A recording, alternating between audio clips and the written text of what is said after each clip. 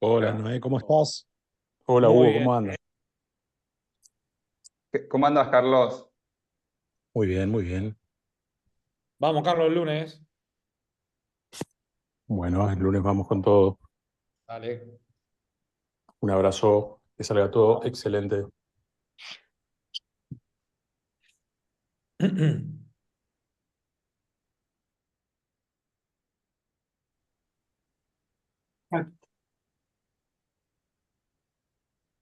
¿Se escucha bien ahí o no? Sí, sí, se escucha perfecto. Perfecto. Ya, voy a Brent. apagar el audio entonces.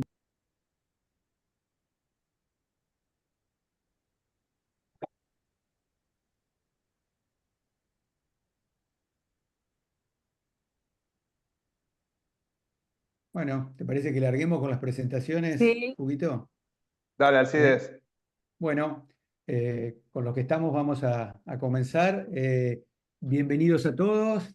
Estamos en el segundo Ateneo de la Asociación Entrerriana de Oftalmología. Estamos muy contentos porque tenemos prestigiosos invitados nacionales e internacionales y auditorio internacional. O sea que estamos felices ya que en nuestro segundo Ateneo estamos teniendo tanta buena repercusión como en el primero. Vamos a hacer como hicimos en el Ateneo anterior. Primero vamos a presentar a nuestros invitados.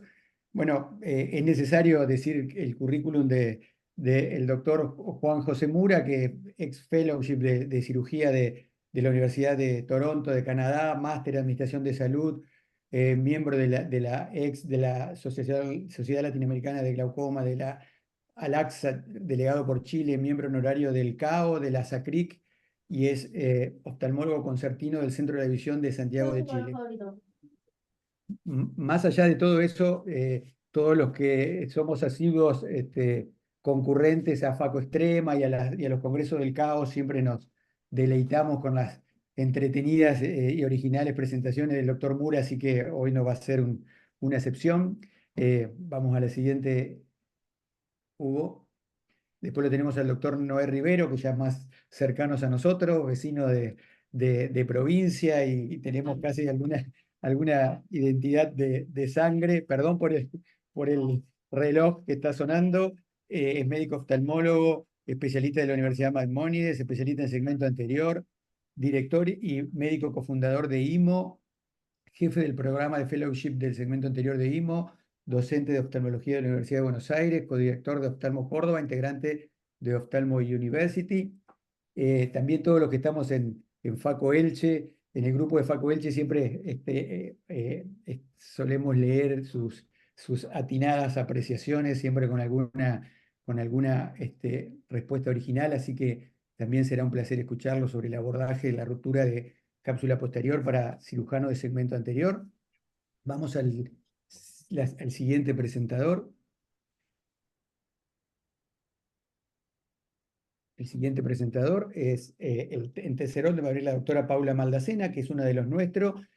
Siempre dijimos y le hemos invitado a todos los participantes de la EO porque nos interesa mucho que también en todos los Ateneos tengamos, además de alguna figura de renombre que hoy sobran, pero también alguno de los nuestros y sobre todo la gente joven. Paula Maldacena, a quien me une un afecto casi familiar, pero además es residente del tercer año del Centro de Ojos Paraná y es reciente miembro de la EO y forma parte del consejo. Ella nos va a hablar de un tema muy interesante sobre córnea, que ya he escuchado.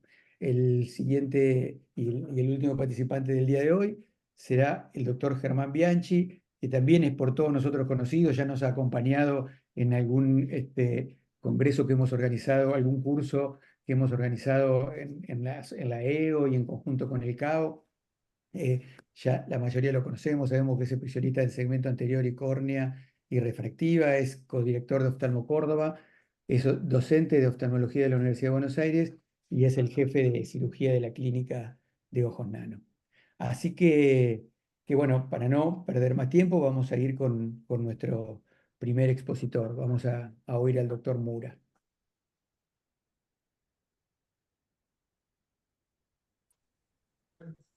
¿Me escuchan bien ahí? Sí, sí. Impecable, JJ. Ya, ¿Querés vamos a que te ayude? empezar entonces a compartir la presentación. Share.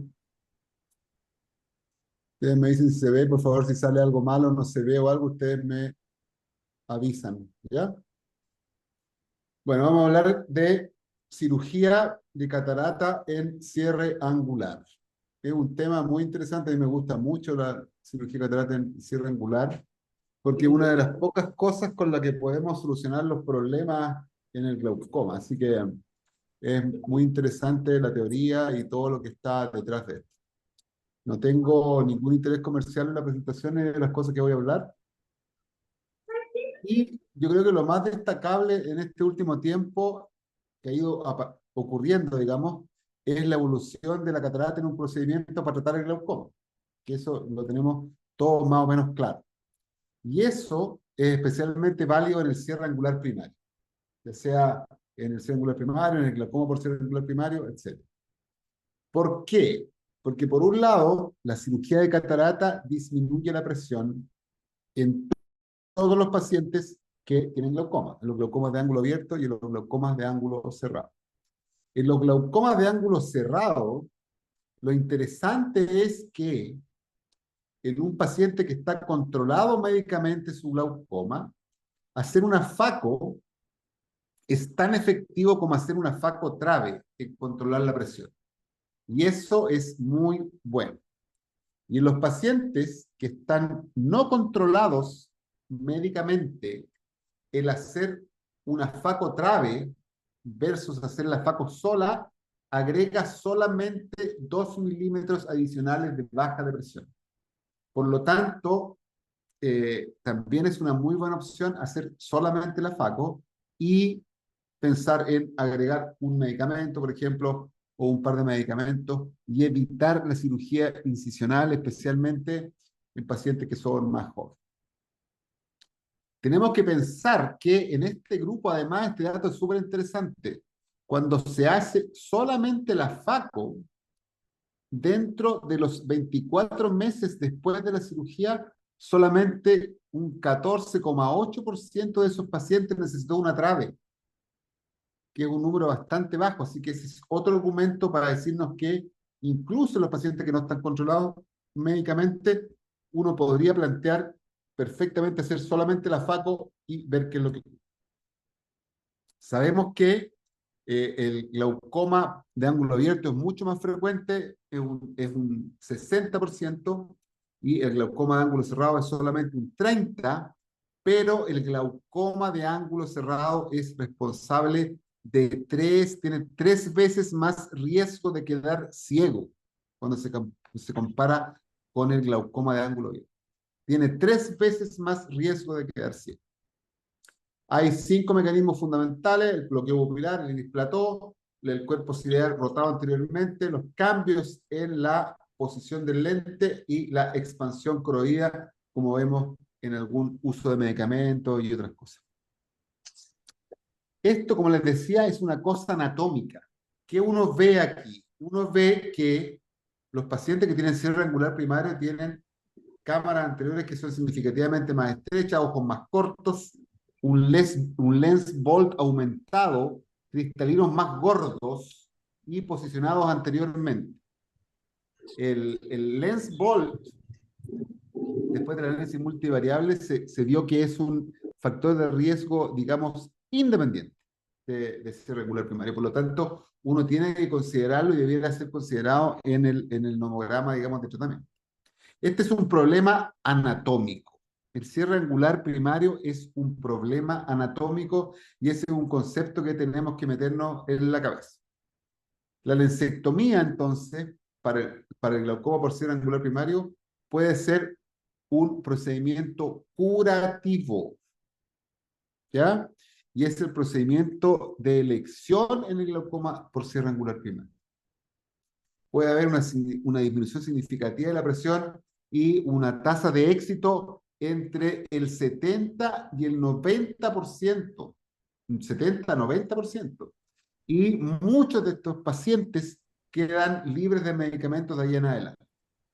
este trabajo es muy interesante que muestra que la lesectomía puede ser curativa. Se hizo un seguimiento durante 6 años de más o menos 4.000 pacientes con cierre angular y se vio que la cirugía de catarata en cualquier tiempo de seguimiento es fuertemente protectora en contra de la conversión a cierre angular primario.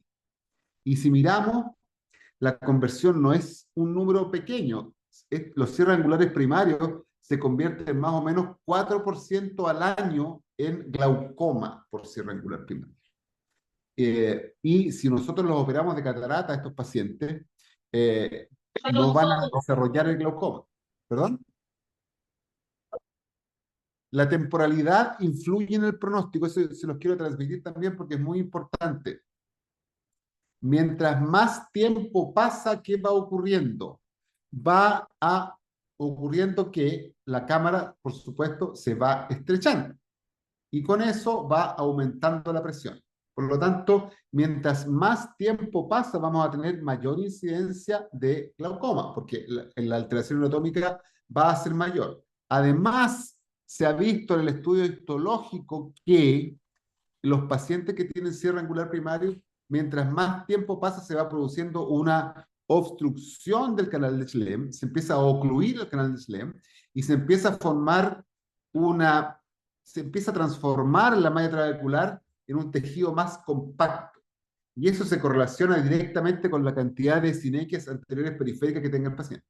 ¿Y por qué ocurre eso? Por el contacto que existe intermitente entre el iris y el trabéculo. Va provocando inflamación, los pacientes tienen una crisis que no se dan cuenta, en la noche crece la pupila, les sube la presión, no tienen síntomas y el contacto, descontacto, contacto, descontacto, lo que uno ve cuando ve imprinting, digamos, en el trabéculo, va haciendo que esto se vaya poniendo cada vez más fibroso y finalmente empieza a impactar y empieza a disminuir la filtración. Por lo tanto, hay que tratar de intervenir antes que se produzcan estos cambios crónicos cicatriciales. Y el concepto es no dilatar la cirugía catarata, o sea, la FACO en estos pacientes debe ser lo más precoz posible. Es el mismo concepto de los MICS, cuando se le decía MEX, que bajaban muy poco la presión cuando se comparaban con la trave y todo. Y claro, si tú haces un procedimiento angular en un paciente de 80 años que tiene 40 años de glaucoma, lo más probable es que no va a funcionar, porque ya todo está malo. Y lo mismo pasa en la catarata. Si ustedes sacan la catarata en un paciente que lleva 30 años por ser angular, probablemente no va a ser suficiente, puesto que el trabéculo está completamente cicatrizado. Y el problema de todo esto es que la cirugía es técnicamente exigente. La cirugía de catarata en pacientes con glaucoma tiene múltiples complicaciones, como ven ahí, cámaras muy estrechas, la posibilidad de tener bloqueos intraoperatorios, pupilas alteradas, producto del uso de las medicaciones, etc. La cirugía de catarata en el cierre angular primario es un tema en sí mismo. Hay mayor riesgo de complicaciones, hay, como sabemos y como dijimos, hay mayor volt del cristalino y eso tiene un mayor riesgo de perder el control de la rexis, que se vaya hacia afuera. Es difícil maniobrar, hay menor espacio, hay más riesgo de fusión y hemorragia coroidea, de glaucoma maligno, los cristalinos son voluminosos y el cirujano tiende a perder la compostura. Como vemos acá, el espacio, como les decía, es muy limitado, tanto para la rexis como para la femulsificación. En ese paciente, que es el con la cámara anterior más estrecha que yo he operado, tenía 0.73 milímetros de cámara, quedó súper bien la paciente, salvo que ella se quejaba que veía 0.9, se quejaba que no veía tan bien y que antes veía mejor con los anteojos.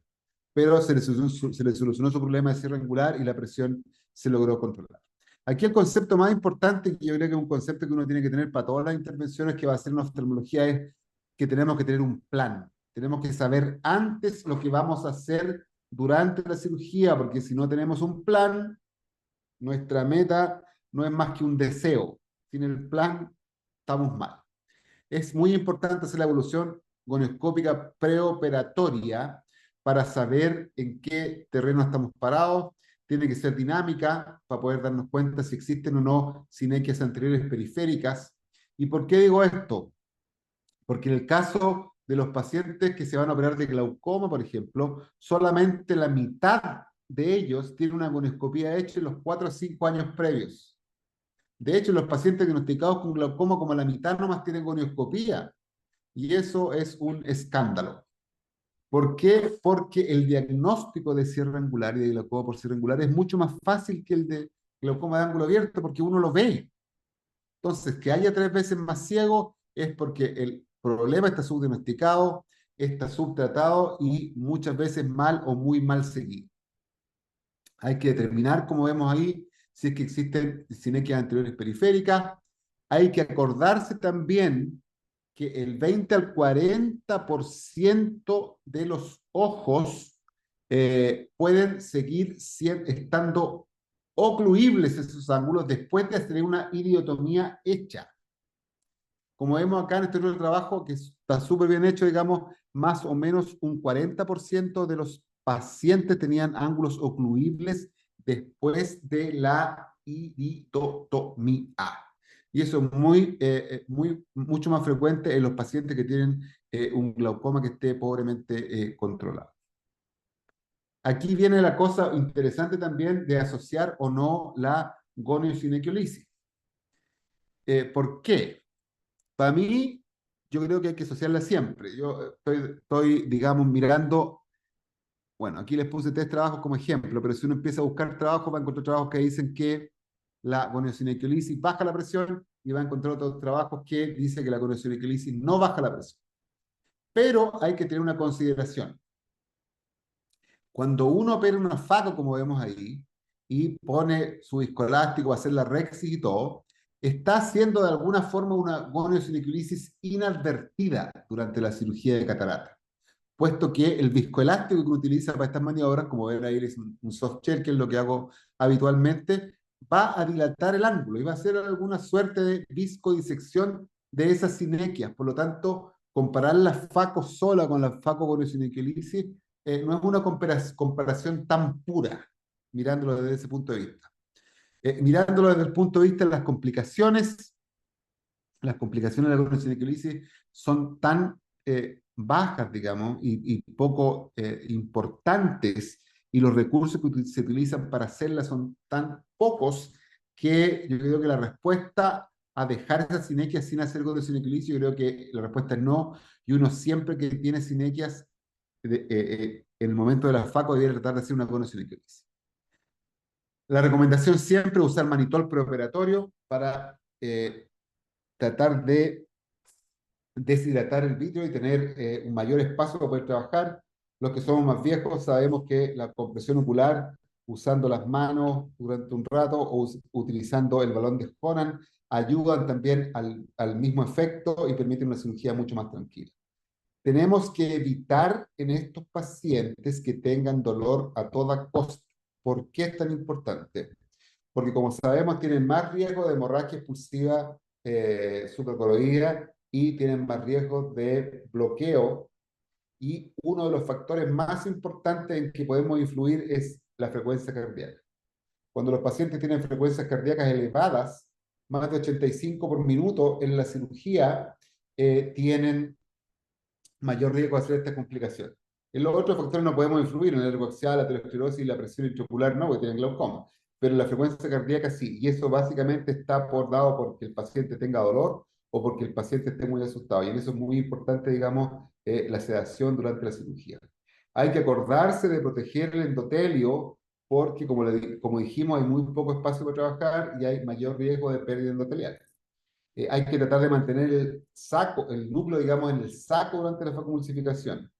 En estos pacientes yo siempre recomiendo hacer un surco central grande que te permita crear espacio para las maniobras futuras, para las fracturas, y esto es especialmente importante cuando los núcleos son muy duros o son muy grandes. ¿Ya? Cámaras estrechas y núcleos. Repetir, acordarse de repetir, que eso a uno le pasa, se ensaña con el cristalino y se le olvida que tiene que repetir el viscoelástico de vez en cuando para seguir protegiendo el endotelio. Usar anillos de tensión endocapsular. ¿Por qué esto lo planteo como una cosa importante? Si ustedes se fijan, estos pacientes tienen más riesgo de síndrome de contracción capsular. Y de hecho, se evidenció en por lo menos 2 o 3 trabajos que las pacientes con cierre angular tienen mucha mayor frecuencia de somnolopatía. En este trabajo específico se evidenció en el 7.3% de los ojos, acordarse de las crisis intermitentes subclínicas o subagudas. en este otro trabajo, con un N mucho más importante, se vio que el 14,8% de los pacientes con cierre angular, de enfermedad por cierre angular, tienen sonulopatía bilateral y un 30% tiene sonulopatía unilateral.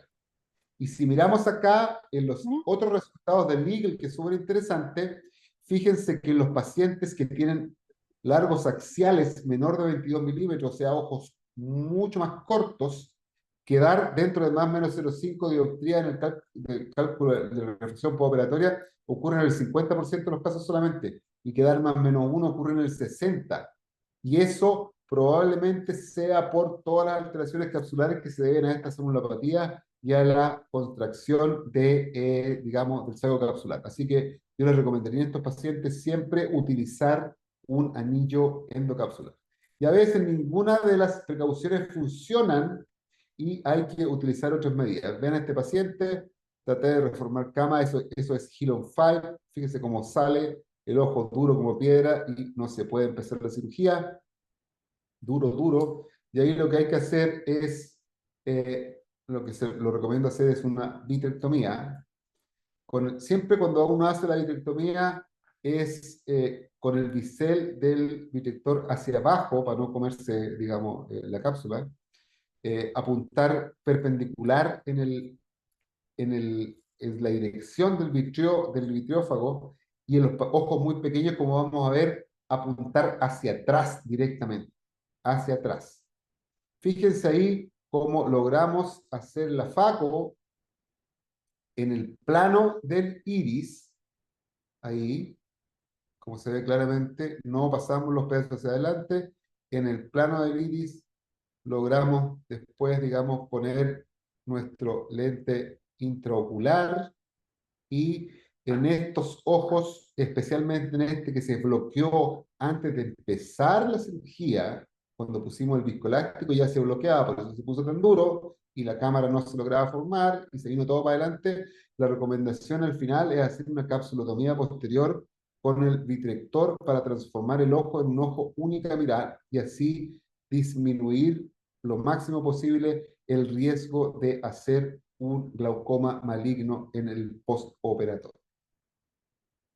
Acordarse siempre cuando van a hacer vitrectomía de que el corte sea el máximo, pero el vacío sea proporcional, o sea que uno trate de hacer la vitrectomía con muy poco vacío para no traccionar la base del vitrio y tener complicaciones futuras.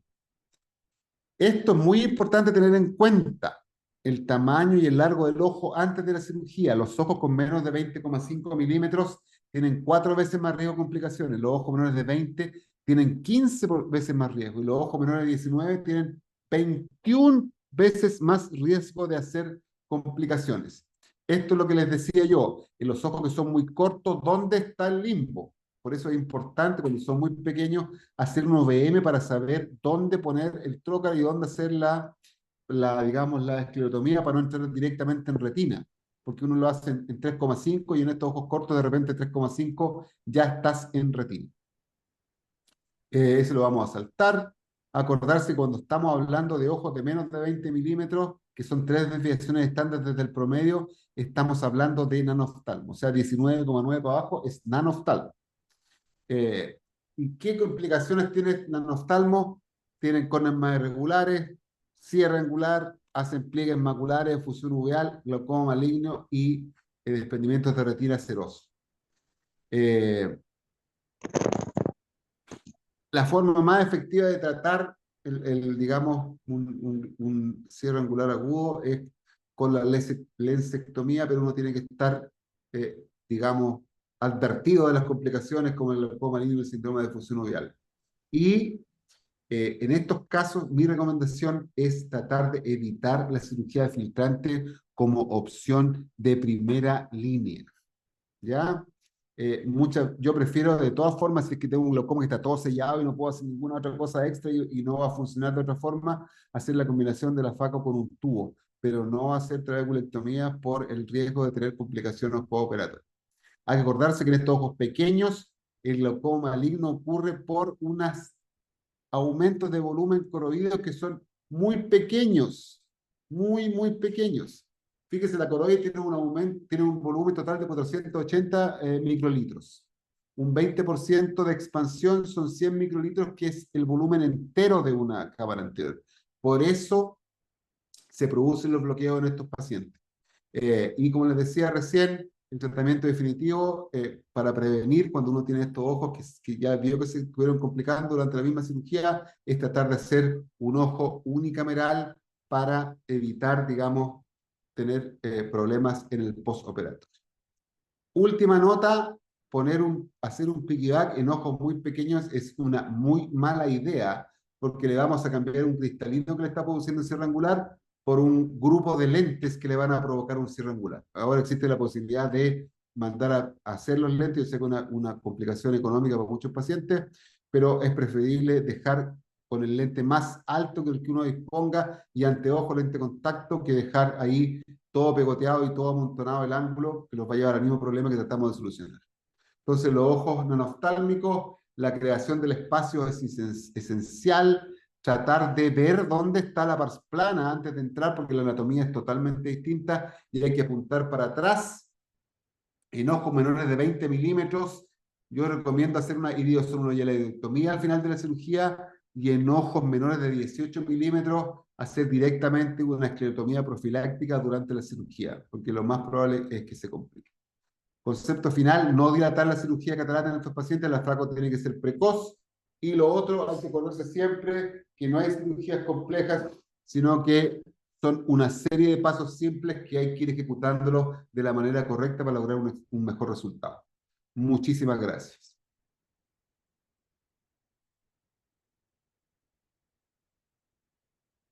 ¿Aló? Buenísimo, JJ, impecable la charla. Impecable. Mientras se va preparando, ¿no?, el doctor Noé Rivero, te hago una pregunta.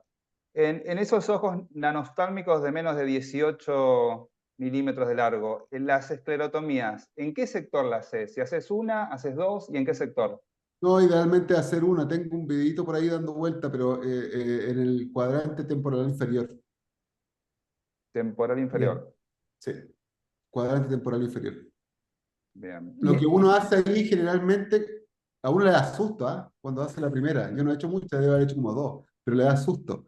Y lo que queda bastante bueno es hacer la esclerotomía, hacer la entrada y después con un punch del que uso una para la trabeculectomía, comerse la esclera. Entonces te queda un agujerito en la esclera y eso evita que se cierre en el futuro, digamos, para que te permita seguir drenando. No pasa nada, queda cubierto con conjuntiva y abajo queda bien protegido a diferencia de arriba, porque el fondo de saco es más corto, ¿cachai? Se va todo más para atrás. Queda bien guardado por el borde y todo. Muy bueno el dato. Segunda pregunta, ¿cuánto tiempo luego de una crisis de glaucoma agudo haces la cirugía o la haces en caliente en el mismo momento? No, si la cona está muy mala, no, pero hay que desinflamar lo más que se pueda. Igual eso da para hacer otro tema, ¿ah? Porque en realidad yo creo que uno tiene que ser más agresivo en los glaucomas agudos. Cuando a mí me llega un glaucoma agudo a la consulta, lo trato de desbloquear primero con el lente de gonioscopía, directamente, con el 4 espejos, que se puede hacer. Hay un porcentaje importante de pacientes que se puede hacer. Uno le pone un lente de contacto encima para que el paciente no le moleste, no le duele, no se eche a perder el epitelio. Anestesia, con el lente le empecé a hacer maniobras para desbloquearlo y un porcentaje importante se desbloquea. Y si no se desbloquea, lo que hago yo es hacer una paracentesis con una aguja de 30 conectada a una jeringa de tuberculina sin émbolo. Entonces le meto la aguja 30 abajo por un trayecto largo, y sin el émbolo va a hacer que el flujo sea solamente bajito a través digamos, de lo que sale espontáneamente a través de la aguja 30. Y eso permite desbloquear a una gran cantidad de pacientes. Y eso va a permitir que la córnea se recupere mucho más rápido, y eso va a permitir también que tú hagáis la FA con muchas mejores condiciones, con mucho menos pérdida de leve. Fantástico, fantástico, bárbaro. Eventualmente... ¿Puedo hacerle una pregunta a JJ? JJ, ¿te ¿Perdona? puedo hacer una pregunta No. simple Sí, dale. que siempre está la disyuntiva? Vos hiciste la gonioscopía, viste el ángulo posiblemente que se pueda cerrar o es un ángulo cerrado. ¿Lo dilatás previo a la FACO? ¿No lo dilatás? ¿Lo dilatás en el momento de la cirugía no sé, con adrenalina? ¿O vos lo dilatás? ¿Cómo manejás la dilatación previa a la cirugía? No, en general los pacientes los dilato normal, el momento de la cirugía. Evito dilatarlos antes. Yo les contaba, o sea, 40% de los pacientes que tienen idiotomía hecha se pueden bloquear De hecho, una paciente mía hace como, debe haber sido 2 meses más o menos. Me vino a ver porque tuvo un DVP, yo le había hecho idiotomía en los 2 ojos. Tuvo un DVP y le dije a la asistente que le pusiera una sola gota, una, de Midrasil para verla, y no tenía nada, no tenía desgarro, no tenía nada. Pero ella tenía ahora con otro oftalmólogo mucho más joven que yo, un chiporrito, digamos, que la vio y le dilató los 2 ojos full. Y la señora hizo un glaucoma agudo bilateral por la dilatación con iridotomía hecha. Entonces, yo creo que uno tiene que ser bastante conservador con esos pacientes, poner una gotita o tratar de hacerle opto. Si ahora todos podemos hacerle la retinografía sin dilatación a esos pacientes. Si uno ve, va a ver igual mucho más de lo que uno ve. O sea, por lo menos de lo que veo yo, va a ver mucho más el opto que yo mirando al paciente incluso dilatado full. Así es fantástico eso. JJ, ¿crees que el femto puede ayudar en estos casos como para proteger el endotelio, como para que te haga una parte de la cirugía? Es una súper buena pregunta. Sí, yo creo que en algunos pacientes sí, si dispones del femto, claro, porque tenéis más espacio para hacer la rex y todo. Ponte tú en esos pacientes que tienen cámaras muy estrechas, ¿qué es lo que ocurre? Uno tiene que estar, hay muchos pasos de la cirugía en estos pacientes que uno en las otras cirugías no los piensa, en los pacientes miopes, cámaras normales, pero aquí tienes que estar consciente tú de todos los movimientos que haces. Porque cuando empiezas la rexis, tienes que hacer rexis siempre en tiradas cortas. Porque cuando haces tiradas largas con la rexis, yo al principio cuando no cachaba usted muy bien, me llevaba un pedazo de endotelio 3 o 4 veces durante la rexis. O sea, tienen que ser tiradas muy cortas para no subir el instrumento, que es lo que uno hace cuando normalmente puede hacer tiradas más largas. Entonces, esos puntos son súper importantes si no dispones de femto, de pensar en cada uno de los movimientos por separado, y todos los movimientos tienen que ser distintos a una faco normal. Especialmente cuando todavía no empiezas a hacer la faco, digamos, porque ahí es cuando tienes menos espacio. Ya cuando empiezas a hacer un surco y ahora hacer el surco al medio, ya tenéis más espacio, podéis maniobrar, podéis ponerle viscoelástico, hizo efecto el manitol, etc. Perfecto. Perfecto. Seguimos entonces con Noé y Paro, después salgo. podemos seguir charlando. Fantástico, muchísimas gracias, Juanjo. Acá hay una pregunta, Excelente. JJ, del público. Dice, si tiene un ángulo cerrado que abre con gonioscopía dinámica, ¿le indica FACO directamente o IP? Y nuevo agonio, y si está abierto, no va a FACO.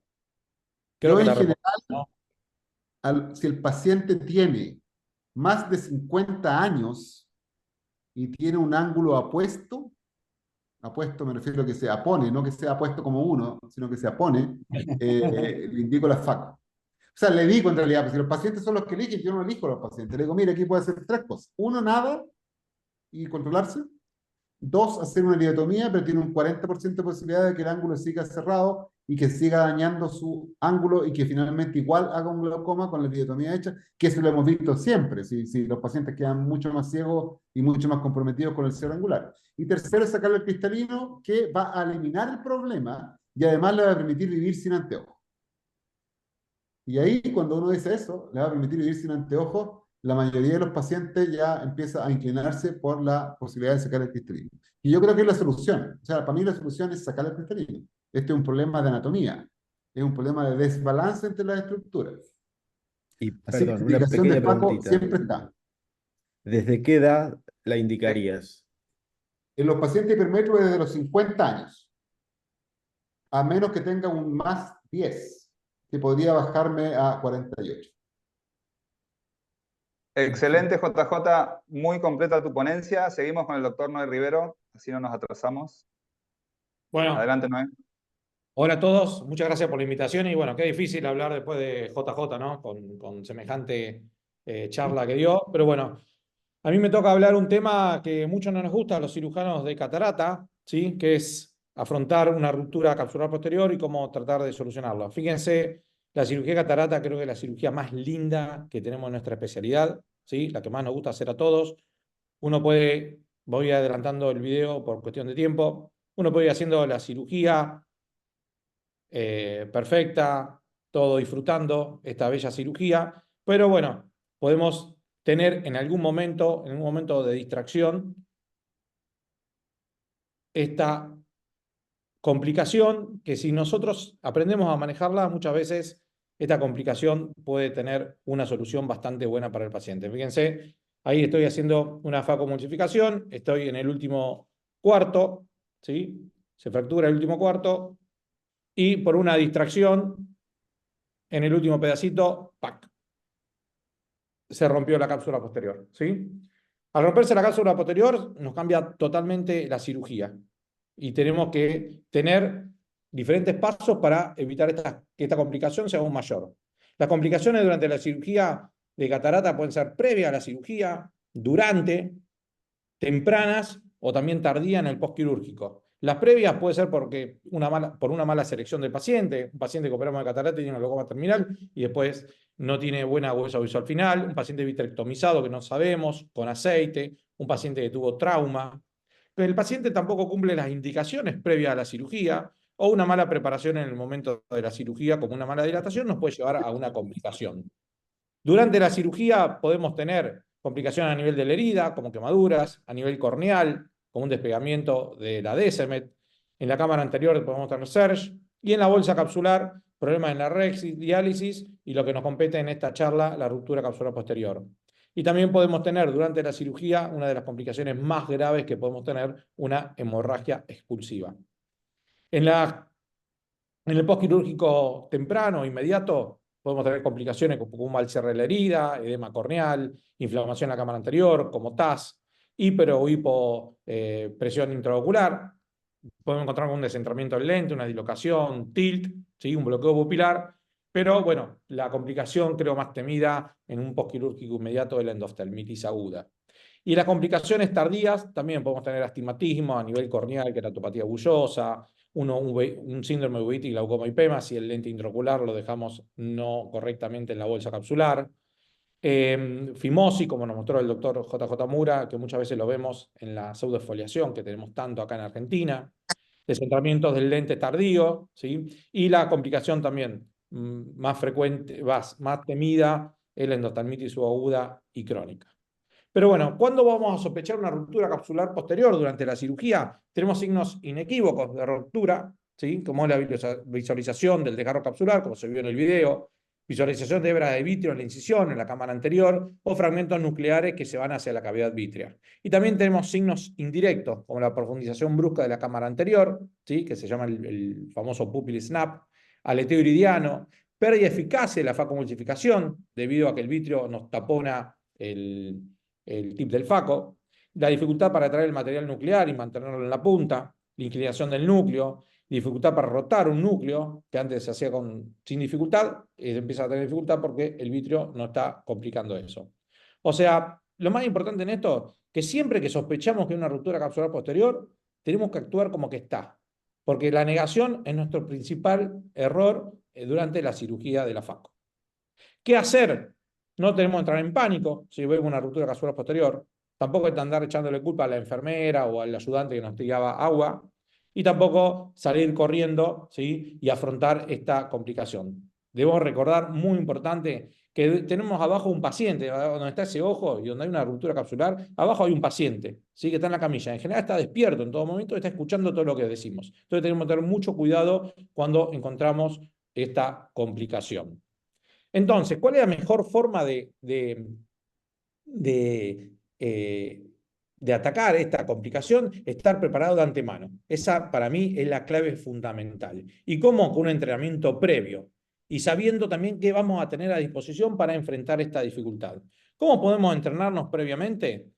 La verdad que ahora tenemos la disponibilidad de estos simuladores, el ISIS Surgical, que es un simulador, la verdad que podemos practicar cómo hacer una vitrectomía anterior. Tenemos en el campus de Ophthalmo University en México que nos pueden entrenar, Matrix en Colombia, pero también en Argentina también tenemos la posibilidad de entrenarnos en una vitrectomía, ¿sí? Porque muchas veces es muy difícil entrenarnos con un paciente, ¿sí? El CAO tiene el curso de simulación de cirugía de catarata que podemos entrenarnos en esto, y también EduPoen tiene estos simuladores que si nos anotamos con tiempo también podemos llegar a utilizarlos y podernos entrenarnos. Fíjense que en el simulador ahí parece muy real cómo hacemos la vitrectomía. ¿Y dónde vamos a hacer la vitrectomía? Allá en el fondo, no tenemos que hacerla en la cámara anterior, tenemos que hacerla allá abajo para cortar el vitrio, ¿sí? Y también si no tenemos el simulador, podemos tenemos la posibilidad de entrenarnos con ojos artificiales, como los de Biónico, que son excelentes, que esto nos va a dar la ventaja también de entrenarnos de cómo colocar un trocar posterior, porque muchas veces es mucho más fácil hacer una vitrectomía con un abordaje posterior. La verdad que todo cirujano en segmento anterior tendría que aprender a colocar un trocar. No es tan difícil colocar un trocar, tenemos que tener ciertos cuidados, ¿sí? Que tenemos que... El trocar en general está dividido en dos, en el trocar propiamente dicho y la lanceta. Para colocar un trocar en forma correcta, tenemos que ir con una inclinación de 20 a 30 grados hasta que llegamos a la camisa del trocar propiamente dicho, luego ir perpendicular y apuntar hacia el nervio óptico. De esta manera vamos a tener una colocación de un trocar y una vía posterior muy correcta. Y también con esto nos podemos entrenar. Ophthalmic University tiene estos ojos biónicos para entrenarnos, Matrix también. Nosotros en nuestro fellowship de segmento anterior tenemos estos ojos biónicos para poder entrenarnos. Y también tenemos cursos como Aprendiendo con Expertos en Colombia que te pueden entrenar en en hacer vitrectomía vía posterior. También debemos saber qué tenemos a mano y a qué tenemos a disposición, ¿sí? Porque si no tenemos los trócares, no tenemos vitrectomos, no tenemos lente de 3 piezas, no tenemos triamcinolona, no tenemos instrumental, tampoco podemos solucionar esta complicación, ¿sí? Entonces, eso es muy importante. Para solucionar una ruptura capsular posterior, tenemos que tener las herramientas necesarias. Y entonces hice este decálogo para que nosotros tengamos mentalmente qué tenemos que hacer frente a una ruptura capsular posterior. Lo primero que tenemos que hacer es no retirar el faco o la irrigación aspiración si tenemos una ruptura capsular posterior. Debemos bajar la botella, la presión intraocular. Debemos usar viscoelástico dispersivo en la zona de la ruptura. Ahora vamos a ver paso a paso todos estos puntos. Vamos a pasar una anestesia subtenoniana si estamos realizando anestesia tópica. Vamos a hacer un cierre de la incisión principal porque no queremos que perdamos líquido de la cámara anterior. Vamos a usar un trocar valvulado, una entrada accesoria para hacer la vitrectomía. Vamos a utilizar triamcinolona para ayudarnos a ver el vitrio. Vamos a hacer un slow motion faco para retirar esos restos de núcleo, de corteza que nos quedaron. Y vamos a hacer, muy importante, una evaluación luego del polo posterior y la presión intraocular de esos pacientes. Entonces, ¿por qué no vamos a retirar el faco o la irrigación aspiración? Porque debemos evitar cambios de presión positiva a negativa en la cámara anterior. Porque el vitrio tiene una presión positiva en la cavidad vítrea y si nosotros retiramos el instrumento bruscamente de la cámara anterior, ¿sí? Va a hacer que colapse la cámara anterior y el vitrio fluya hacia arriba a través de ese desgarro. Entonces, siempre encontramos una ruptura capsular o la sospechamos, dejamos el faco y la irrigación aspiración en posición 1 sin dejar de irrigar. Y vamos a pasar al paso 2, que es bajar la botella. Vamos a bajar la botella a la altura que estamos trabajando, a 30 o 40 centímetros de la cabeza del paciente, para disminuir todo el flowability que teníamos en la cámara anterior y el flujo. Vamos a inyectar viscoelástico, ¿sí?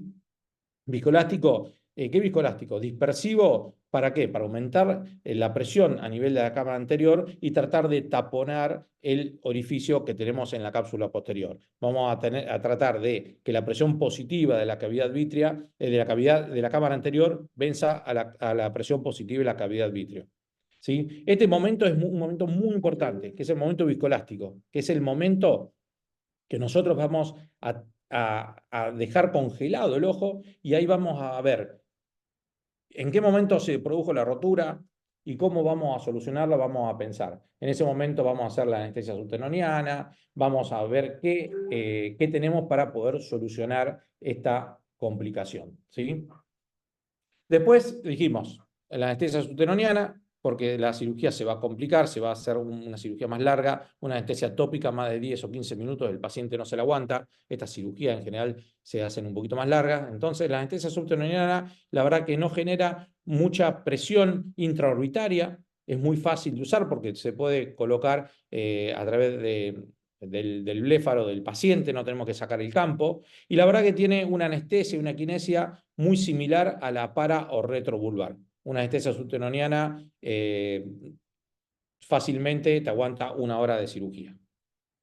Lo que no debemos hacer es traccionar el vitrio, ¿sí? ¿Por qué no debemos traccionar el vitrio? Porque el vitrio está adherido a nivel de de la hora serrata, de la retina periférica, a nivel del nervio óptico, a nivel de la mácula. Si nosotros traccionamos el vitrio, podemos generar desgarros y roturas de la retina, ¿sí? Entonces, esta es nuestra premisa principal. No debemos traccionar el vitrio. Si no debemos traccionar el vitrio, nunca hagamos esto, con una esponjita, con un wick, como nos enseñaron, a mí me enseñaron así en la residencia, era tocar la incisión, ir hacia afuera, a ver si viene vitrio y cortarlo. Ahí estamos traccionando la base del vitrio y podemos generar un desgarro retinal, ¿sí? Entonces eso, olvídense, esa X roja famosa, ¿sí?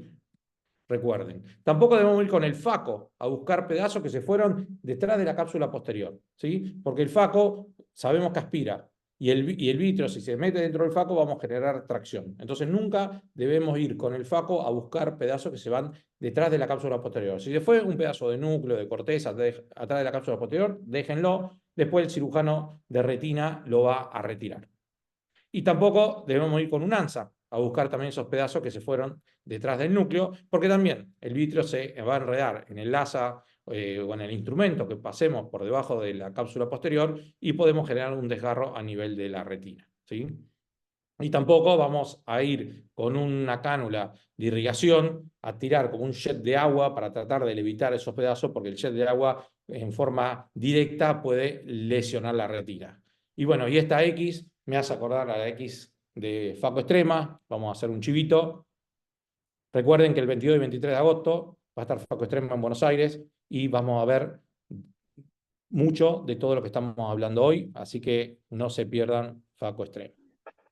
Bueno, también debemos saber con qué material, con qué instrumento estamos trabajando y con qué equipo, ¿sí? Porque cada equipo tiene diferentes formas de trabajar con el pedal y diferentes vitréctomos, ¿sí? Tenemos equipos que tienen el modo corte, irrigación, aspiración, que primero empieza el corte y después la aspiración, que sería lo ideal para generar menos tracción. Y tenemos otros equipos que tienen irrigación, aspiración y luego el corte. Eso no sería tan ideal porque estaríamos aspirando, traccionando y después cortando, ¿sí? Entonces tenemos que saber con qué equipo estamos trabajando y la función del pedal. Lo ideal es tener un vitréctomo de corte dual. El vitréctomo de corte dual, la ventaja que tiene es que genera mucha menos tracción que los vitréctomos de corte simple. Entonces, si tenemos la posibilidad de tener un vitréctomo de corte dual, siempre tengamos ese para cortar el vitrio. La vitrectomía anterior, ¿cómo la vamos a hacer? ¿Por vía anterior, a través de una paracentesis, o por vía posterior, a través de un trocar valvulado? Podemos usar trócares de 23G, 25G o 27 Gauge. El trocar de 27G mucho no lo recomiendo porque es un trocar muy finito, muy delicado, ¿sí? Que en general los retinólogos lo usamos solamente para la mácula, y ese trocar, al ser tan finito, nos va a costar mucho más tiempo comer el vitrio, ¿sí? Obviamente vamos a generar menos tracción, porque tiene menos vacío, pero si queremos comer algún resto de núcleo de corteza, con el 27G va a ser muy y entonces lo ideal es usar trócares 23 o 25G. ¿Cómo vamos a hacer la vitrectomía anterior? Indistintamente si es por una paracentesis o por un trócar valvulado. Vamos a usar el máximo corte que disponga la máquina, con flow rate y vacíos bajos. Con una infusión dijimos que ya a 30, 40 centímetros de la cabeza del paciente.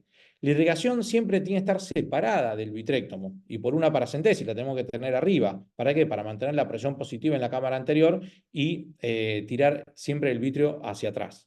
Si retiramos material cristaliniano, vamos a invertir estos valores. Vamos a usar poco corte para darle tiempo al vitréctomo que se pueda comer estas masas y estos restos de cristalino y vamos a aumentar el flow rate y el vacío. Siempre debemos trabajar al revés de lo que decía JJ en esta situación. Siempre debemos trabajar viendo la punta del vitréctomo, la boca, porque no nos olvidemos que la boca del vitréctomo aspira y corta, y todo lo que toquemos lo va a cortar y lo va a aspirar. Por eso JJ decía en los pacientes con glaucoma con presión vítrea y glaucoma de ángulo cerrado, ir hacia abajo para no comerse la cápsula posterior, ¿sí? Nunca debemos traccionar tampoco, cuando estamos haciendo la vitrectomía, traccionar hacia arriba, porque vamos a estar traccionando el vitrio, ¿sí? Siempre debemos ir comiéndolo con el vitréctomo y hacia abajo, hacia la cavidad vítrea. Y bueno, y conocer la máquina con la que estamos trabajando y el funcionamiento del pedal es fundamental para poder hacer una vitrectomía prolija, Cuando yo me gusta más una vitrectomía por vía anterior, cuando el tamaño de la ruptura es pequeño, cuando tengo una rotura capsular, pero la hialoide nos damos cuenta que está intacta, ¿sí? La ventaja también de una vitrectomía por vía anterior, que la habilidad y el entrenamiento del cirujano y todo el equipo quirúrgico es casi el mismo, ¿sí? No necesitamos instrumental específico, solamente el vitrectomo, porque vamos a trabajar por una paracentesis. Y la aspiración de restos y masas de una vitrectomía vía anterior también es bastante bueno. Pero ¿cuándo prefiero por vía posterior? A través de un trocar. Cuando ya el tamaño de la ruptura es grande, ¿sí? O mediano, la hialoide está rota, ¿sí? ¿Por qué me gusta más hacerlo por vía posterior? Porque generamos menos tracción vitreomacular, vamos a evitar agrandamiento de la ruptura de la cápsula posterior, vamos a manejar mejor las presiones y también la aspiración de restos y masas es bastante cómodo. ¿Y hasta cuándo vamos a hacer la vitrectomía? Hasta que confirmemos que es suficiente y completa. ¿Cómo podemos confirmarlo? Lo mejor es la triamcinolona. La triamcinolona nos tiñe muy bien el vitrio. Ojo cuando mezclamos viscoelástico en la cámara anterior, que la triamcinolona también puede teñir el viscoelástico y confundirnos con el vitrio, ¿sí? También nos podemos ayudar con una luz accesoria de vitrectomía, una burbuja de aire o con pilocarpina. Si cerramos la pupila y vemos que la pupila quedó discórica, es porque podemos tener una brida vítrea, ¿sí? Entonces, si tenemos todavía vitrio, hacemos más vitrectomía. Teñimos con triamcinolona, siempre con presión positiva, irrigación continua, y usamos viscoelástico para ayudarnos, ¿sí? Y si vemos que tenemos más vitrio, hacemos más vitrectomía. Y si ya hicimos la vitrectomía, dejamos la cámara anterior sin vitrio y todavía nos quedaron restos de corteza o núcleo, podemos meter el faco o la irrigación aspiración, ¿sí? Siempre manteniendo la presión positiva, pero debemos trabajar con valores muy, muy bajos, ¿sí? El famoso slow motion faco. Vamos a trabajar con flow rate bajo de 25 centímetros por minuto, un moderado vacío de 200 a 250 mililitros de mercurio. Vamos a trabajar pulsos cortos y bajos de faco. La irrigación vamos a mantenerla a 40 centímetros de la cabeza del paciente. Ir poniendo viscoelástico dispersivo en la zona de la ruptura para evitar que con el faco, con la guía, aspiremos el viscoelástico y nos venga vitrio por la rotura. Siempre tenemos que ir reponiendo viscoelástico, ¿sí? Acá tenemos que usar las ampollas de viscoelástico que sean necesarias. Siempre trabajar viendo la punta del faco, evitar descompresiones y pérdida de presión positiva. O sea, cuando vamos a sacar el faco, ponemos viscoelástico. Vamos a sacar la IA, ponemos viscoelástico, ¿sí? Para mantener esa presión positiva en la cámara anterior. También debemos conocer la máquina con la que trabajamos, el funcionamiento del pedal es fundamental. Y esta cirugía no es una cirugía de 5 o 10 minutos. Tenemos que darnos todo el tiempo necesario para dejar el ojo prolijo sin tracciones vítreas. Y el punto, creo que no menos importante, ¿sí? Es la evaluación del polo posterior y checar la presión intraocular. ¿Y cuándo debemos hacerlo? Siempre. En el mismo acto quirúrgico o diferido apenas el ojo permita realizarlo. ¿Por qué? Porque cuando podemos evaluar si se nos cayó un pedacito de núcleo o de corteza a la cavidad vítrea, podemos evaluar que tengamos un desgarro de retina en una ruptura capsular posterior, y como estuvimos usando mucho viscoelástico, es muy común que el paciente en el postquirúrgico inmediato tenga la presión muy alta, entonces debemos controlar la presión intraocular. Y el fondo de ojo debemos controlarlo porque, según la literatura, una rotura capsular posterior aumenta 16 veces el riesgo de desprendimiento de retina. Bueno, en resumen, ante una ruptura capsular posterior, no debemos retirar instrumentos del ojo y colocar viscoelástico dispersivo por una incisión lateral, porque debemos mantener esa presión positiva en la cámara anterior, sellar la incisión principal, bloquear la rotura y congelar la situación, el momento viscoelástico. Ese es, como dije, es el momento preciso para nosotros tranquilizarnos y ver cómo vamos a seguir la cirugía. Mientras pensamos, cambiamos anestesia subtenoniana, bajamos los parámetros y realizamos vitrectomía y el low motion faco y terminamos de sacar todos los restos. Y si no se fue nada para atrás, vamos prosiguiendo con los siguientes pasos.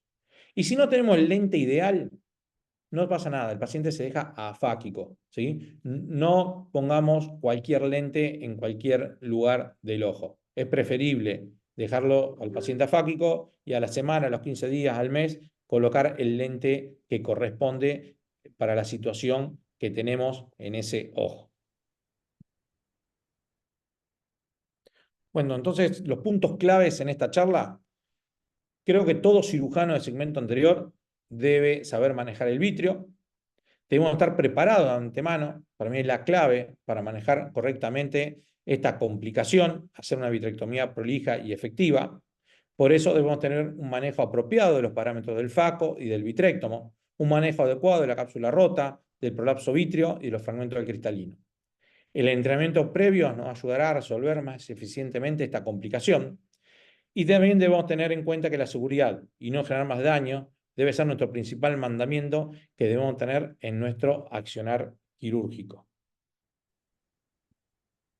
Bueno, y lo quería invitar a la primera jornada de cirugía angular que vamos a hacer con Hugo, con Nicolás Becerra, Mauro Panichelli, el doctor Rotundo, acá en Rosario, el 17 de mayo a las 18 horas. Van a hacer la parte presencial donde vamos a dar todos los tips y las charlas teóricas, y el 18 de mayo, 8:30, vía streaming, vamos a hacer la cirugía en vivo a nivel angular. Agradecemos a Ophthalmo University, a la Sociedad de Oftalmología de Rosario y a la Asociación Entrerriana de Oftalmología por acompañarnos en este evento. Y también quiero invitarlos a todos a Oftalmo Córdoba el 25 y 26 de octubre, que va a ser un evento, la verdad que muy lindo. Hugo también está ahí con nosotros, así que, bueno, están todos invitados, Germán también, así que, bueno, están todos invitados el 25 y 26 de octubre en Córdoba. Muchas gracias. Gracias Noé, excelente presentación. No tengo ninguna pregunta del auditorio, simplemente reforzar que, bueno, la cápsula se nos rompe a todos, solamente no se le rompe al que no opera, o sea que todos tenemos y hemos tenido, y siempre lo que vos perfectamente remarcaste, el tema de lo primero es reemplazar por viscoelástico, salir y bajar las pulsaciones y ponerse a pensar qué hacer y qué es lo que se puede. O sea que fantástica la presentación. Yo Si no hay creo, Juan JJ, creo que José quiero tiene hacer una pregunta. Sí, perfecto. estuvo buena la presentación, espectacular. O sea, yo digo los conceptos fundamentales, el más fundamental de todo es no sacar los instrumentos. Eso es lo que uno hace con mayor frecuencia, eso es lo que más hace, digamos. Se rompe, saca todo y se llena de vida. Y lo otro es que cuando tú tienes una rotura capsular, eso te aumenta 9 veces el riesgo de endoftalmitis. Este es un concepto que tenemos que grabarnos en la cabeza. Por tanto, la recomendación ahí es ponerle suturas a las heridas. Con eso disminuimos de cierta forma la posibilidad de la endoftalmitis postoperatoria también. O sea, cuando hay rotura capsular, la recomendación sería ponerle sutura a las heridas, no dejarlas solamente hidratadas. JJ, yo le pongo sutura a la incisión principal. ¿Vos también le ponés a las paracentesis? No, incisión A principal. la principal, sí, listo, sí. Eso está perfecto, está muy bien. creo que ahí el Em, miedo es que quede una brida vítrea y por ese lugar es donde se meta la bacteria, ¿no? Y otra cosa que también es importante, sobre todo si hay médicos que están empezando, es no meterse a hacer cosas que no están en la práctica, ¿no? Saber derivarlo al paciente, saber llamar a un retinólogo, saber llamar a alguien que lo pueda ayudar como para que evitar trabajar demasiado en ese ojo que por ahí complica más la situación, ¿no? Eso es Eso, fundamental. saber derivar es Eso importante. es importantísimo, porque si no tenemos la habilidad, no tenemos los instrumentos necesarios y no tenemos los elementos para poder solucionar esto, va a ser muy difícil salir airoso de esta complicación y la podemos embarrar más. Así que si no tenemos la habilidad, no tenemos los instrumentos, cerrar todo y dejarlo así, y alguien nos lo va a ayudar y nos lo va a solucionar. Ahí Y lo también vi a eso, ¿no? Javier Maldacena, que está comenzando con su primera cirugía, que creo que quería hacer un comentario. ¿Cómo les va? ¿Qué dice? Bueno, me metí de metido nomás. Hola Javier, ¿cómo Este, andás? ¿Cómo ¿Cómo andas, ando? Javier? ¿Qué tal, Javier? Yo tengo mucho más años que Noé, tengo más pelos y menos canas, pero tengo mucho más años que vos, Noé. Y empezamos todo con 20 G. Y en aquellos tiempos, en los años 90 y pico, era de todas las semanas sacar núcleos del fondo, ¿no? Entonces todos empezamos con 20G y era mucho más sencillo sacar con 20G los núcleos del fondo o los restos capsulares. Después nos fuimos al 23 y dijimos, la pucha, qué difícil, ¿eh? Come mucho menos, ¿no? Y con el 25G te diría imposible, te volvés mono, aumentás la aspiración, pero patina y no viene nunca. Entonces ténganlo en cuenta los que empiezan, que con un 20G es mucho más fácil, pero ya no van a conseguir más esas puntas. Un 23G, bueno, hay que tener un poquito más paciencia, pero con 25G, olvídense, no van a sacar nunca un núcleo. Sí, el núcleo no, Esa la es- corteza, el vitro lo va a sacar muy eficientemente, la corteza también, pero el núcleo no lo va a sacar. Yo lo que hago, utilizo 23G y cuando es un núcleo muy grande o muy, o sea, muy duro, como vos decís, ya no hay vitrectomos 20G, porque te acordás, antes estaban los vitrectomos rotatorios, que eso era así un desastre, porque no eran descartables, no tenían filo, iban pero enganchando el vitro y desgarraban todo, hacían un desastre. Por suerte esos vitrectomos ya no están. Quizás algún equipo viejo pueda tenerlo, un Diplomax viejo, tenía esos vitrectomos rotatorios. Pero yo lo que utilizo es una punta que se consigue, que es de Bauchilon, que es una punta larga, que se llama Fragmaton, que es una punta de 20G, ¿sí? Lineal para hacer ultrasonido en la cavidad vítrea, ¿sí? Eso, Bauchilon todavía se consigue, es universal, se coloca, se hoy enrosca en cualquier. viene más. Teníamos esas piezas de mano cuando teníamos los Bauchilón viejos y porque teníamos piezas de mano de aquellos tiempos, pero Entonces voy a ahora cuidar la que tengo, porque yo tengo una y no conseguís más, ni la punta ni la pieza de mano. Así es que, bueno, era lo que teníamos, pero no se consigue más nada de estos Fragmaton que bueno, ahora lo y único que hacemos Javier, y si es vamos a Javier y meternos. Noé, una preguntita de Alejandro Sí, Ferrero que les quiere ah, hacer. Si cierran las esclerotomías con sutura, sí. con sutura, ¿quién? sí. Estructura. Sí, siempre hay que cerrarla. Es preferible. Bien.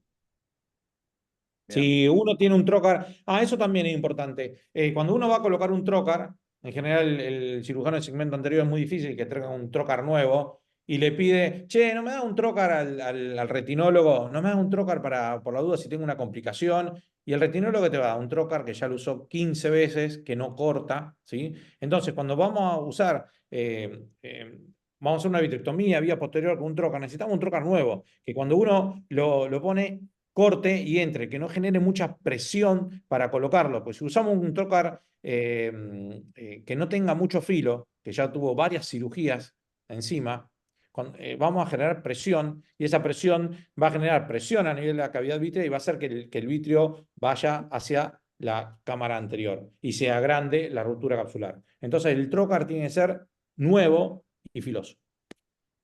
Bien. Paula, Perfecto. vamos compartiendo pantalla. Vamos a seguir con Paula ¿Cómo les Maldacena, va? un caso del Centro de Ojos Paraná.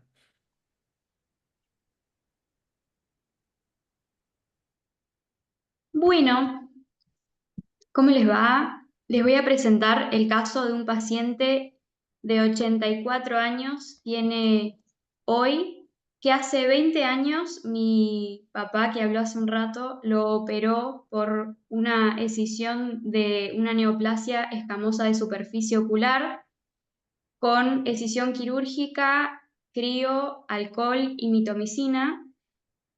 Con una resolución de la lesión, sin embargo, por el gran compromiso limbar, terminó en una descompensación endotelial. Se le trató de hacer trasplantes, los cuales fallaron, uno en 2012 y uno en 2014. Y así estaba hace un año atrás, con una gran opacidad corneal por degeneración lipoidea y una gran neovascularización corneal, por lo cual se le planteó esta vez no volver a hacer un trasplante, sino hacerle un SLET o Simple Limbal Epithelial Transplantation, un trasplante de células madres. El paciente aceptó, vamos al ojo bueno, al ojo derecho, y comenzamos la cirugía, le vamos a retirar células madres del limbo, realizamos un colgajo conjuntival, vamos a 1 milímetro más o menos, 2 milímetros, diseccionando hacia la córnea, hacia el limbo, cortamos un pedacito del mismo y a este lo colocamos en solución salina para pasar al ojo receptor.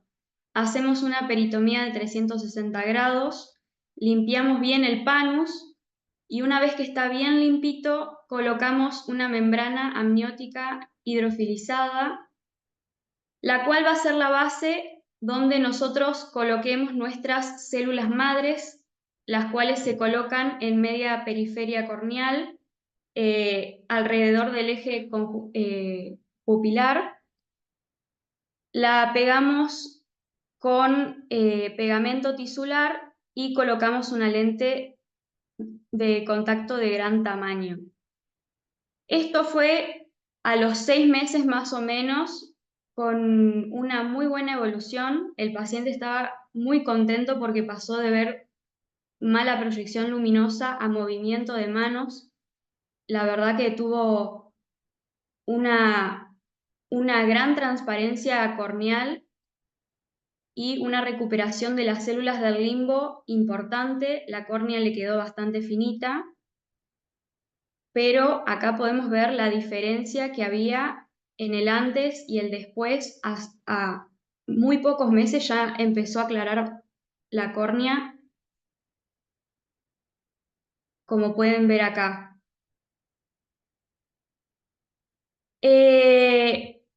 La mala noticia cuando vamos a hacer el trasplante es que le hacemos un fondo de ojos, ya teníamos todo listo para empezar los papeles del trasplante, pero el paciente ya el año pasado había comenzado con una degeneración macular en el ojo derecho, la cual tratamos exitosamente y con muy buena visión, pero cuando la córnea transparenta le hacemos un fondo de ojos y un OCT, el cual muestra una maculopatía importante en el ojo izquierdo, por lo que debido al estado vascular, a la edad y a la gran maculopatía, le aconsejamos replantearnos el trasplante ya que no iba a tener un buen pronóstico visual.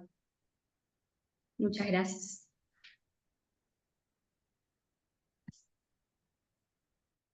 Muy, muy bueno el caso, muy bueno. ¿Alguna pregunta por ahí? A ver, los que hacen córnea.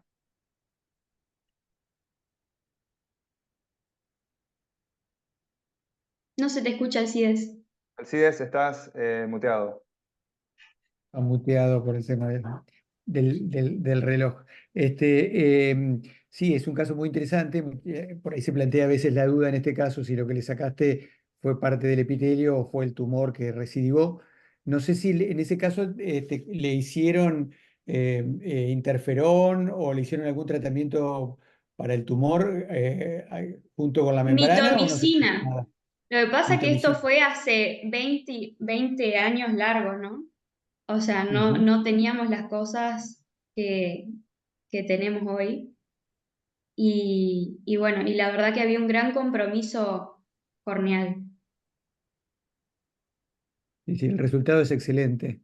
Y bueno, obviamente, o sea, lo que quedó ahí son dos capas de membrana amniótica, la primera capa, el epitelio hacia abajo, y el pegamento tisular. ¿Mm?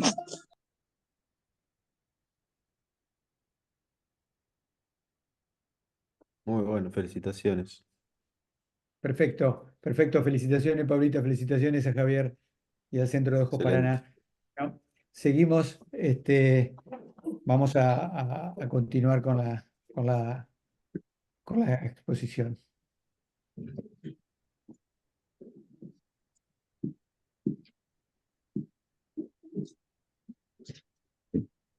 Adelante, Germán, no sé si estás ya, Sí, ahí estoy. compartiste. Perfecto.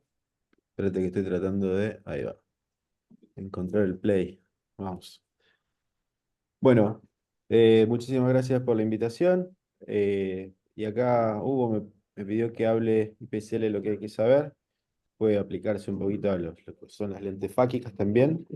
Así que yo basé un poquito esto sobre todo en lo que es la selección de la lente y la selección del paciente. Creo que es la parte más importante. Y para saber la selección de la lente, bueno, tenemos que saber un poquito a ver de qué se trata la IPCL o las lentes fáquicas de cámara posterior, que es estos 4 modelos de lentes: esféricos, tóricos, difractivos y difractivos tóricos. Eh, el material, que es hidrofílico, que tiene un diámetro que va entre 11 y 14 milímetros, y que tiene la característica esta de tener pasos entre 0,25 milímetros entre cada uno, a diferencia de lo que es ICL. Y el diámetro que va entre 6,5 a 7,2, que puede ser customizable, pero lo que habitualmente colocamos son las lentes que vienen ya con las ópticas, con el diámetro estándar entre 5,75 y 6,20. Una de las cosas que para mí es importante es todo el estudio previo que le hacemos al globo ocular. Y eso se basa directamente de la examinación en lo que es la lámpara de hendidura. Y ahí lo que vamos a ver, bien, desde la base partimos de lo que es la superficie ocular, ver cómo está la pupila, si es reactiva, si no es reactiva, si dilata bien, que no haya sinequias y demás. Y ir pasando por los diferentes estudios, ver la topografía, ver cuál es el blanco a blanco que nos da el Pentacam, cuál es la cámara anterior, siempre del endotelio, si hay una queratometría que es regular o no es regular, si hay alguna ectasia o no. Todos estos datos terminan siendo muy básicos, pero son muy importantes, hacia donde tenemos que apuntar en estos pacientes que ya tienen una patología importante, que es la miopía elevada. Ver cómo está el ángulo. Es importantísimo saber cómo está el ángulo en estos pacientes. No solamente hay que saber cómo está la cámara anterior, sino cómo es la estructura del ángulo en estos casos. Hacerle una gonioscopía como base en estos casos, y lo ideal sería tener un VM para ver cómo está toda la estructura del ángulo también, y también obviamente saber cómo está el nervio óptico. Y como son miopes altos, ver, siempre es importante cómo está la periferia de la retina, cómo está la mácula, tener en cuenta estos datos, que no haya una maculopatía miópica tampoco en actividad en estos pacientes. Siempre llegar un poco más, estudiar un poco más. Biométricamente, ver el largo axial, ver cuál es también medirlo el blanco a blanco otra vez con el biómetro óptico, para tener otra medición más con el que se tenga. Entonces ya vamos a comparar ya la medición del blanco a blanco de lo que fue con el topógrafo, el Pentacam, y con el biómetro. Ya ahí vamos a tener 2 mediciones. ¿Y el VM para qué nos sirve? Y bueno, el VM nos sirve para ver cómo está esas estructuras, ver el blanco a blanco, o sea, el angle to angle, el sulcus to sulcus, también tomar una medición del ACD. También podemos ver en estos casos cuál es el volt del cristalino, que no tenga un volt elevado y que tampoco tenga un volt negativo, que por ahí podría llegar a ser complicado. Y si tenemos posibilidad de tener un OCT, ver todas estas opciones y ver también si hay posibilidad de medir el lens rise en estos casos. Ver el ACD y otra medición más también de lo que es el blanco a blanco. Cuando lo estudiamos de esta forma, los pacientes vamos a tener mucho menos riesgo de tener complicaciones.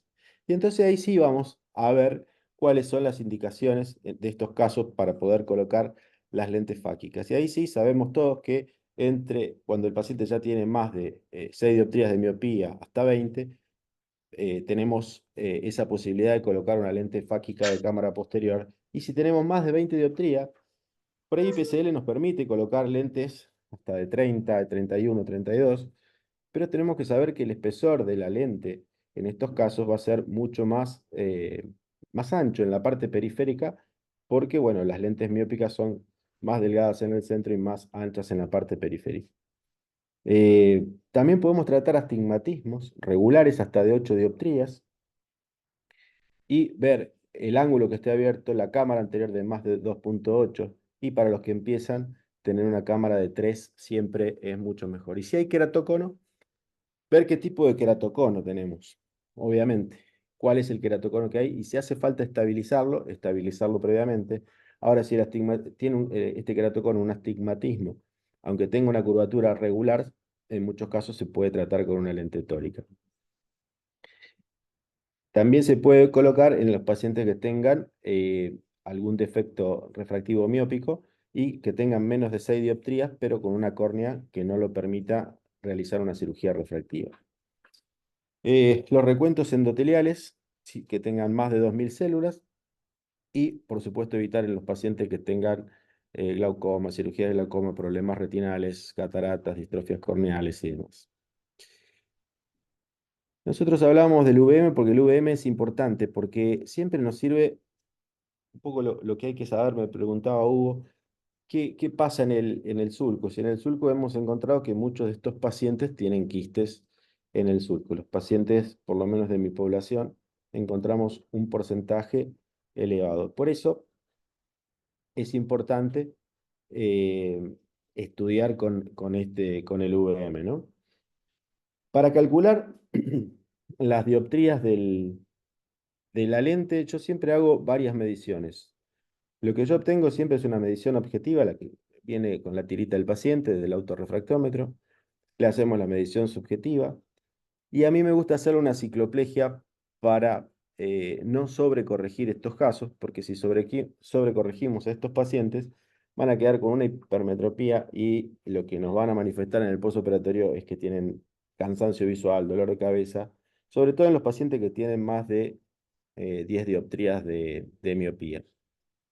A esos pacientes yo los vuelvo a citar y les hago una nueva refracción subjetiva para corregir este tipo de casos.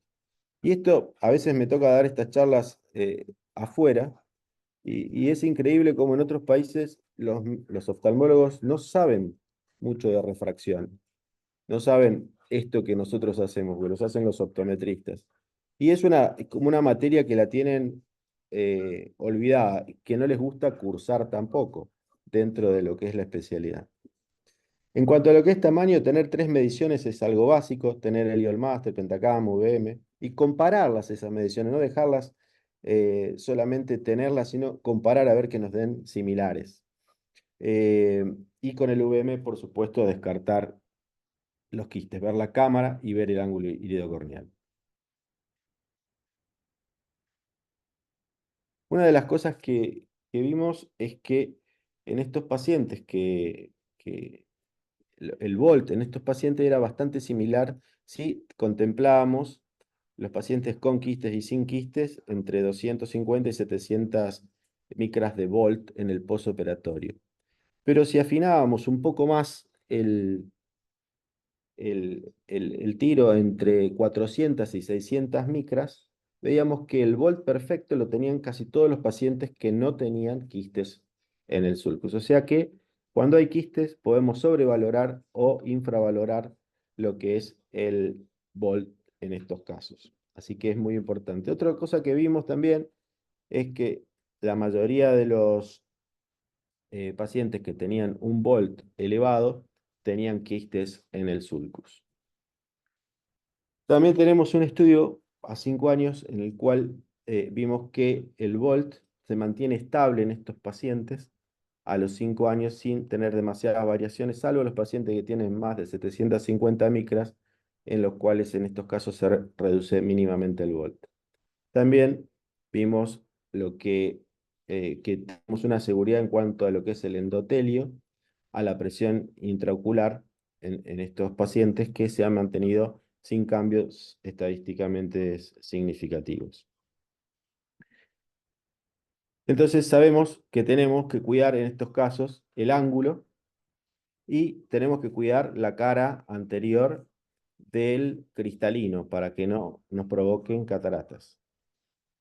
Una de las complicaciones que tenemos a 6 años es algún volt muy bajo, como es este, de 0,48 micras, en los cuales no ha provocado cataratas, porque en estos casos tenía el orificio central, lo cual permitía ya que el volt no es un número estándar, sino que es algo dinámico, depende de las condiciones de la luz y depende del tamaño de la pupila. Entonces hace que tenga esa variación.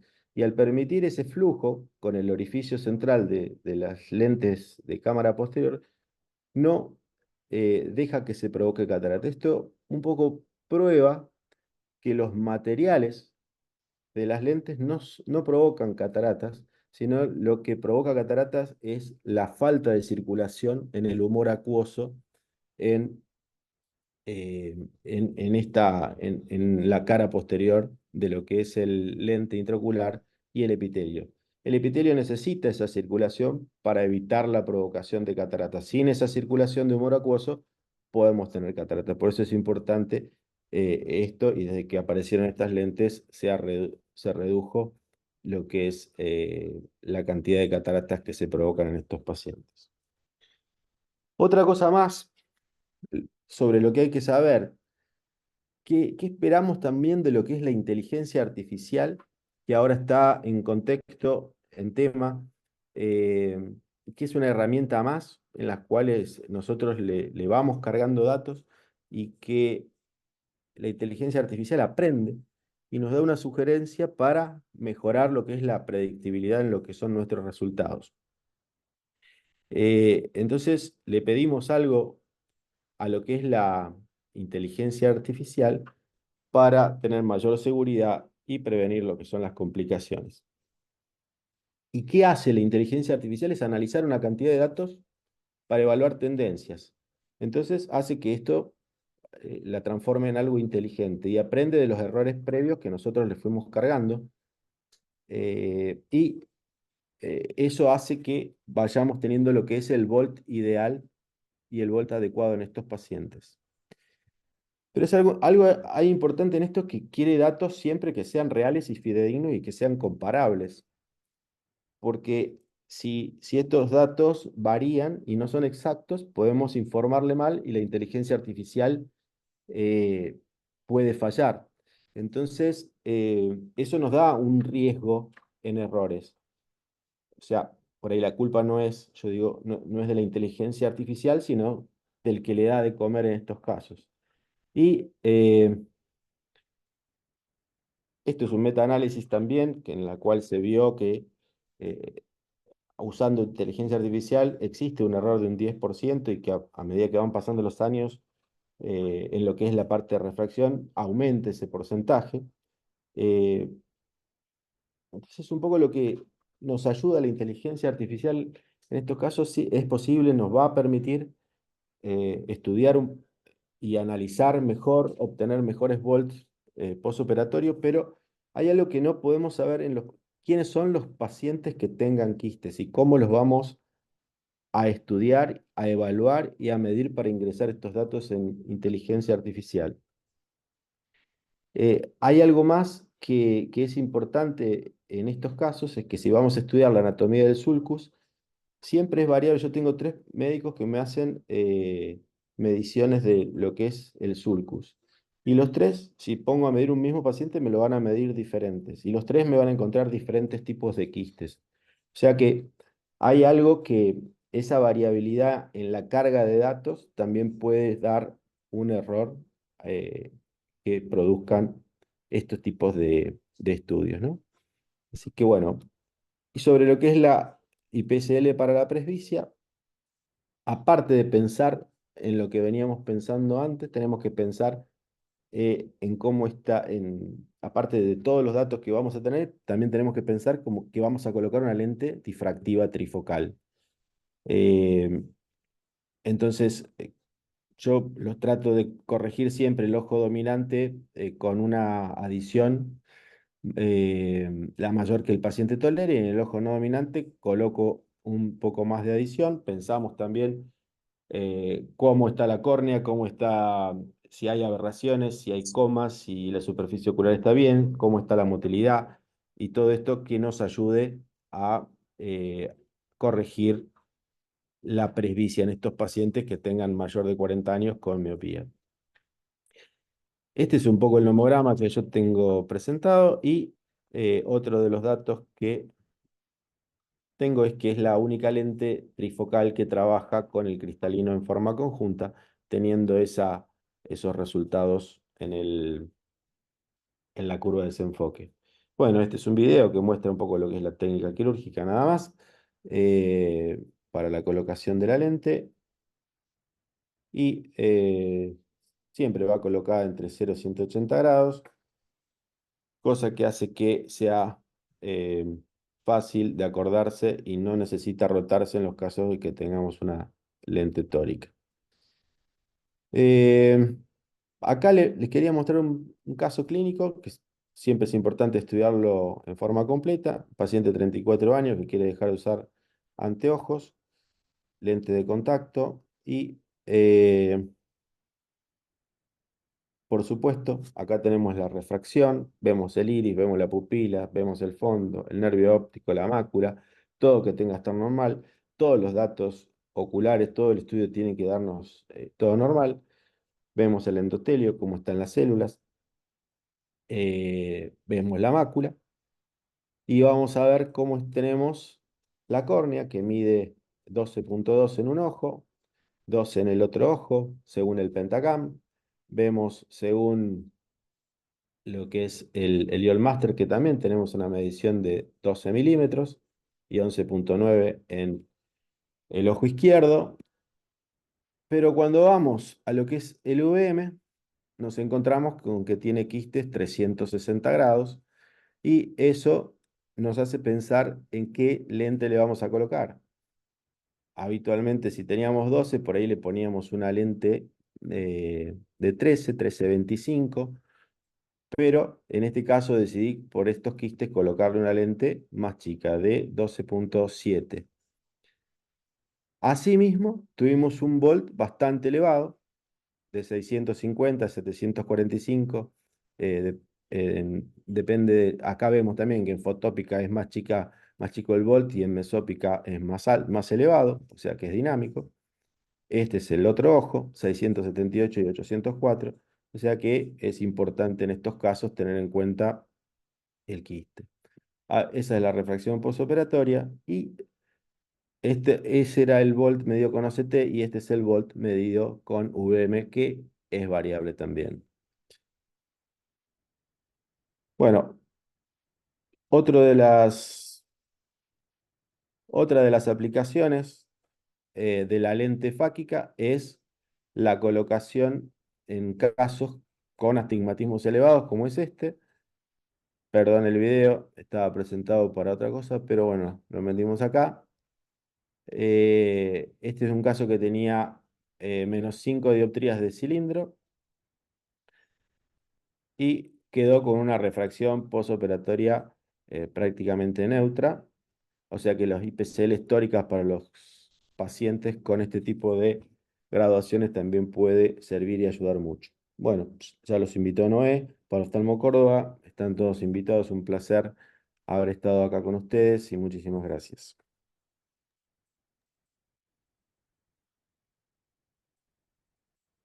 Excelente, Noé. Excelente, Germán, Ya sé, perdón. ya sé que fue buena mi charla, pero la de Alcides, Germán estuvo estás espectacular. muteado. La verdad que, bueno, vos tenés mucha experiencia con estas lentes. ¿Te pasó alguna vez tener algún bloqueo pupilar con este tipo de lentes? No, no hasta ahora. Por suerte nunca lo tuve, porque yo cuando empezaba a colocar lentes fáquicas hace muchos años, una vez me vino a ver un paciente que no había encontrado a su médico y el fin de semana con una pupila midriática, después de haber tenido un glaucoma agudo en el postoperatorio. Y yo creo que haber visto eso en un paciente joven con los ojos sanos me hace revisar muchísimo lo que es el ángulo y tener ese tipo de cuidados para que no te pase esa complicación. Creo que es algo que es importantísimo porque un paciente que... hay un montón de cosas que se pueden solucionar con esta lente, pero cuando tenés un glaucoma agudo en el postoperatorio y te queda la pupila midriática, creo que es una de las complicaciones eh, muy graves para el paciente y para el confort. O sea, nunca operar a estos visual, ¿no? pacientes viernes o sábado. Y no, yo los opero los martes. Perfecto. Ah, Germán, Sí, sí, otra sí. cosa para aclarar un poquito. Viste que pusiste el ACD de 2.8 en toda esta lente fáquica, Ujú. es como que la regla. Aclará si el ACD de epitelio o de endotelio, porque eso puede traer confusión. Sí, el ACD siempre es de endotelio. O sea, si vamos a tomarle desde el epitelio, porque no tenemos, hay que hacer una paquimetría y restar la paquimetría. O sea, nos tendría que dar aproximadamente 350 de la cámara, Porque hay algunos si es equipos, desde viste, que epitelio.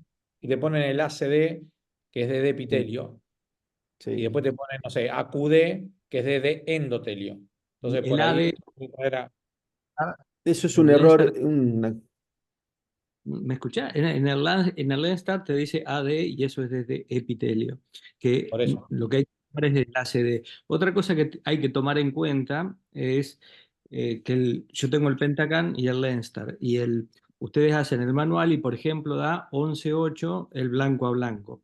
Si ustedes se guían por Pentacan, les va a dar 11.6, o sea, un poquito menos. Y si se van al Lenstar, va a sobreestimar el blanco a blanco. Entonces quizás le da 12,2.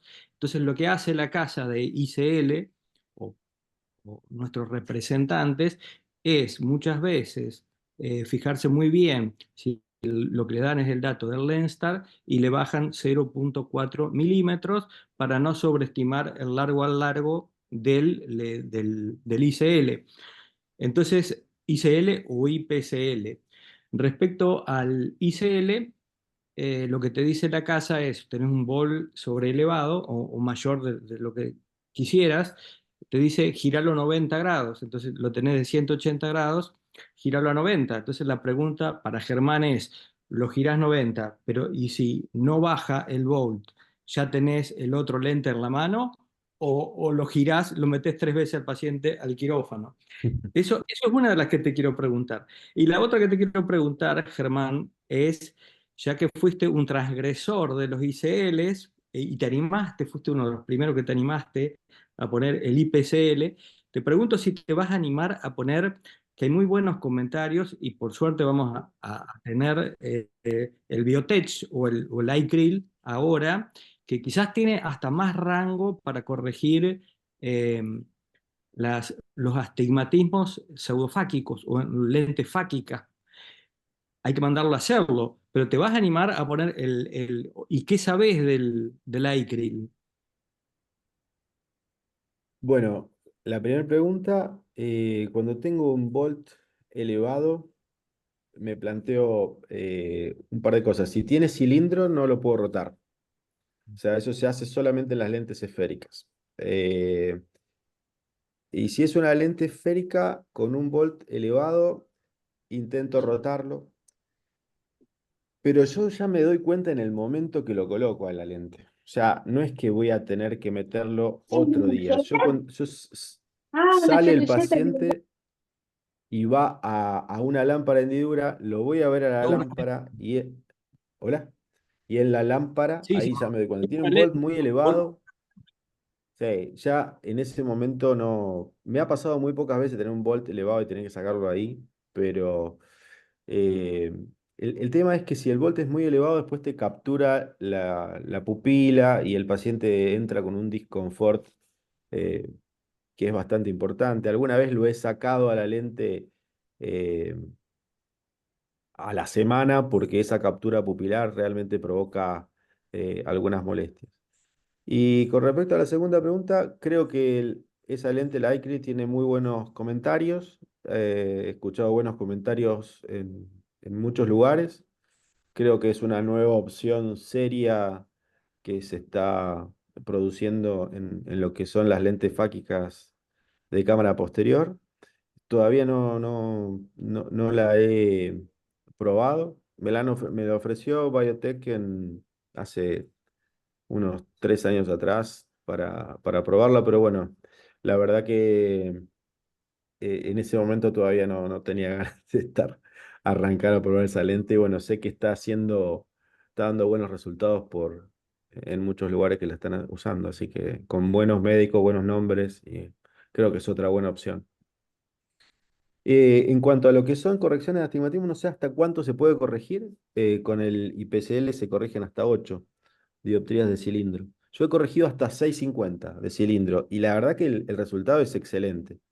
El postoperatorio, tengo una paciente que es diputada acá de la provincia que se lo coloqué y es chocha con ese lente. Y esta semana, que hace un par de semanas atrás, puse en un paciente también que era bilateral de +5, 5,50, que fue el paciente ahí que mostré al final, con también muy buenos resultados. Así que creo que es una herramienta interesante también. Lo que pasa es que hasta 6 podés conseguirlo como teniendo en stock, de 6 de astigmatismo, ¿no? Pero más de 6 no había y hay que mandarlo a hacer, preguntar a fábrica a ver si te lo hacen.